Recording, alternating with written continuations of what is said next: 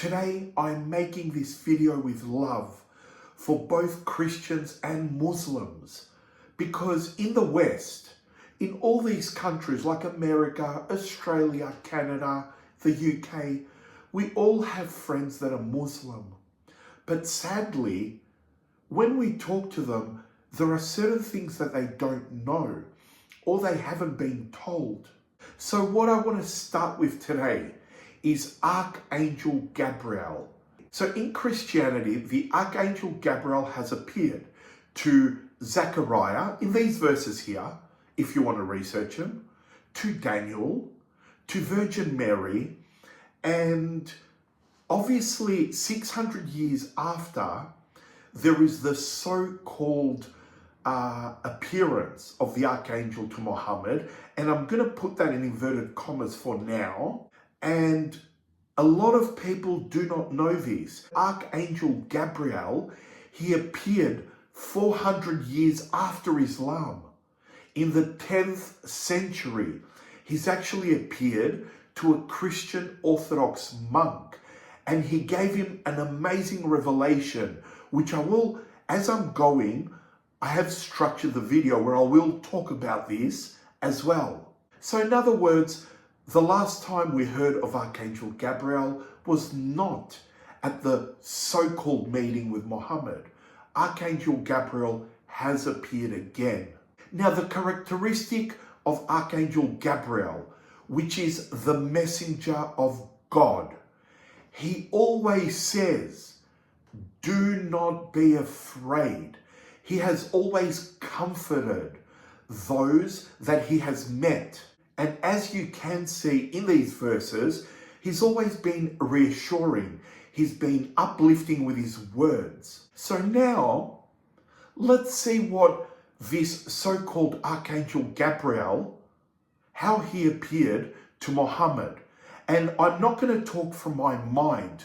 I'm going to use the actual books that Islam has. So in Sahih Bukhari 1, which they acknowledge it, this is what it says.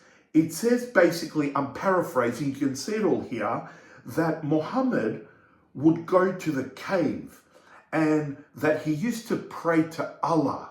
And here, Muhammad says that an angel appeared and asked him to read. And now I'm reading from here. It says, the angel caught me forcefully and pressed me so hard that I could not bear it anymore. So he releases him and then he asks him to read again, but Muhammad couldn't read. So then again, he catches Muhammad and basically he starts choking him for a second time. He then releases him and asks him to read again. And that's when Muhammad said that he couldn't read. And for a third time, he's choking Muhammad. It goes on to say that he returned back to his wife, Khadija, and he said to her, cover me, cover me. And he says that they covered him till his fear was over.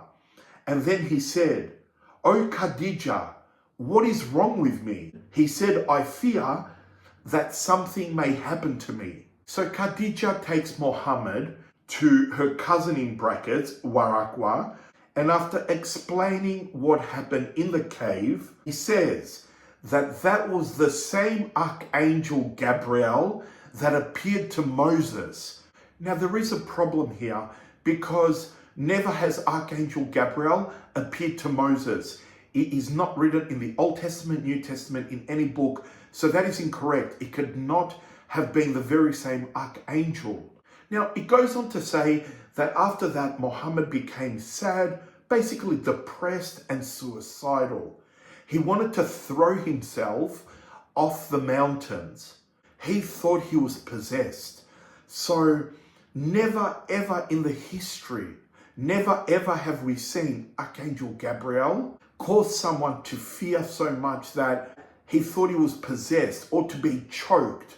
That is completely the opposite of Archangel Gabriel. In the 10th century that I said, Archangel Gabriel has appeared to a Greek Orthodox monk, and he has given him a hymn, a hymn called Action Esti, which in English I believe is Truly It Is Right. And it is a hymn to Virgin Mary. And when he appeared to the monk, again he was loving and reassuring. And he said that he came to give him this hymn that was pleasing to Virgin Mary. But at the time, the monk didn't have pen and paper. So what did Archangel Gabriel do? He didn't choke him like he did, so-called, in the cave to Muhammad. He asked for a slab, which is a piece of concrete. We have all this information, we have it in Greece at the Holy Mountain at the monasteries. And what he did is with his finger, he wrote the hymn in slab. And it says that the rock turned soft. So the Archangel could write for the monk the prayer. He didn't choke the monk. He didn't scare him. So Archangel Gabriel, as I said before, that appeared in the 10th century to the Greek Orthodox monk, he has been consistent with his words and his message, like he initially was to Virgin Mary, when he said that she will conceive the Son of God, Jesus. Now, if he was wrong, and let's say that Islam was right, that Jesus was just a prophet, and that let's assume that he came to change things, then why is it that in the 10th century, this is what Archangel Gabriel gave to the monk, which we have up to this day? And it says, I'll put it up here.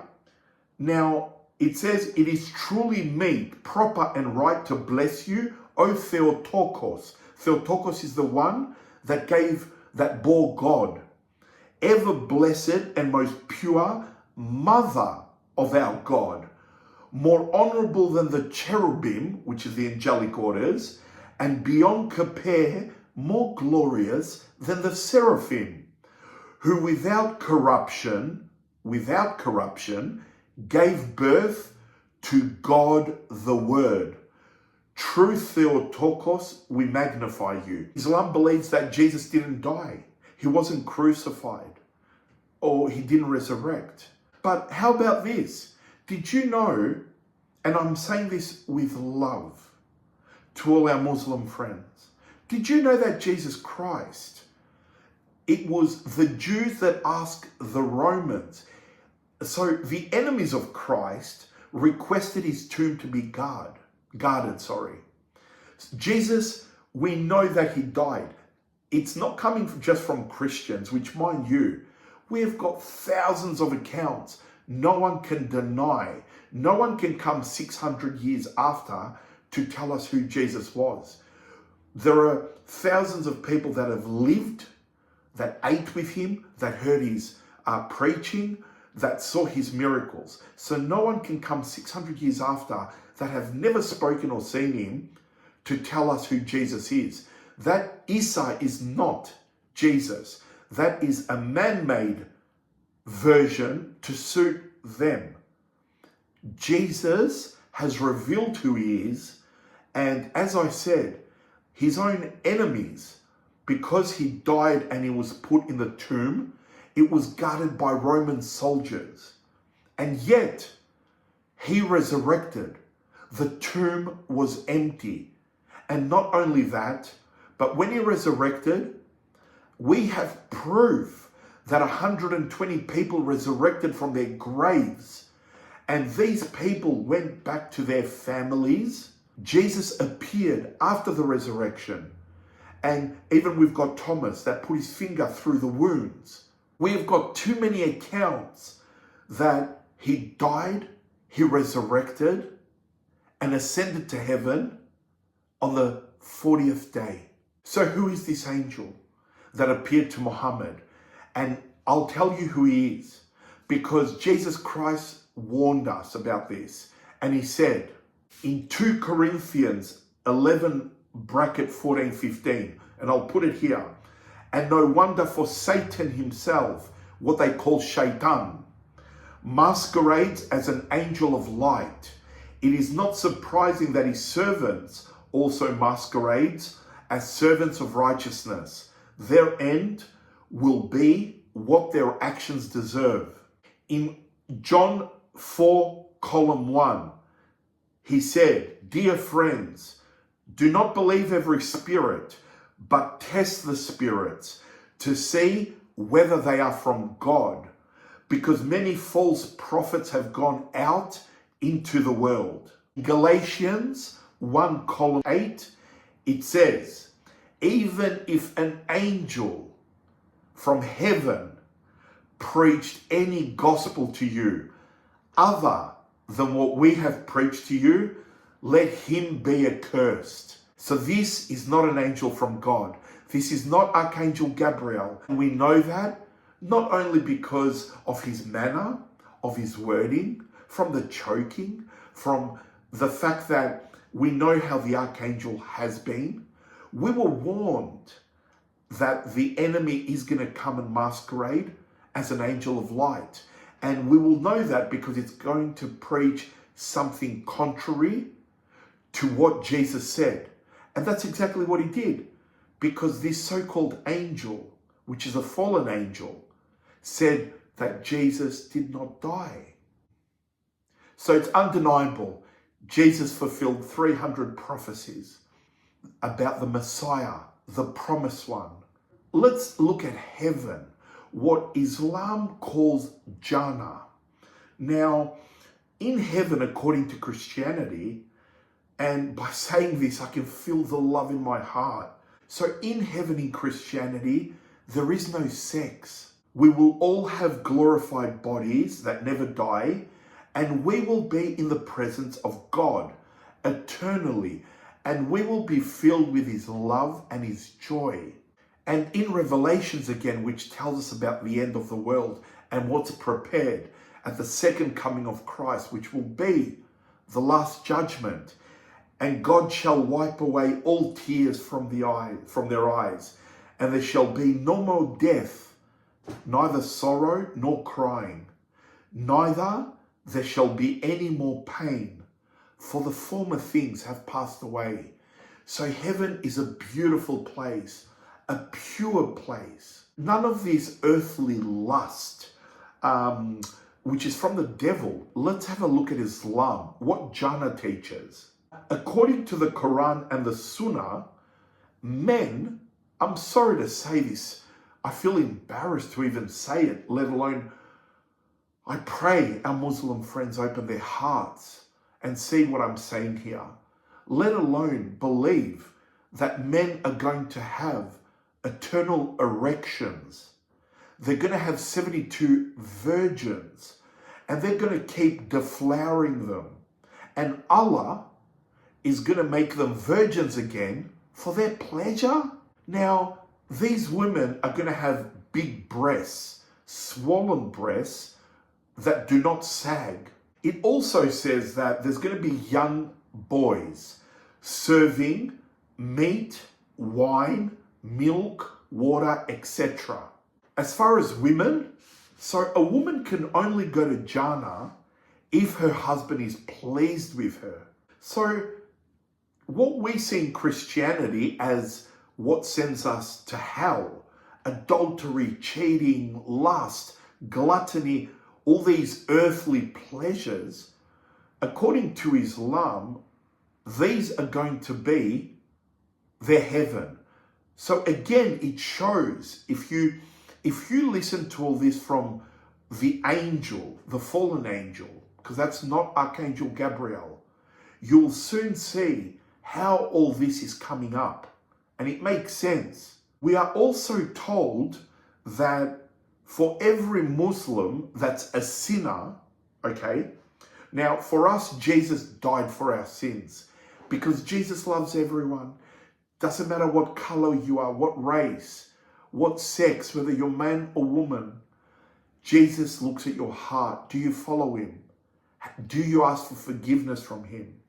But instead, according to Islam, for every Muslim that's a sinner, Allah is going to take a Christian or a Jew and put them in hell to take out a Muslim.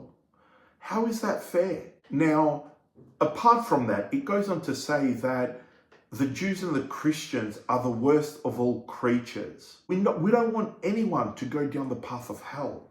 We don't want any soul to be lost to the enemy.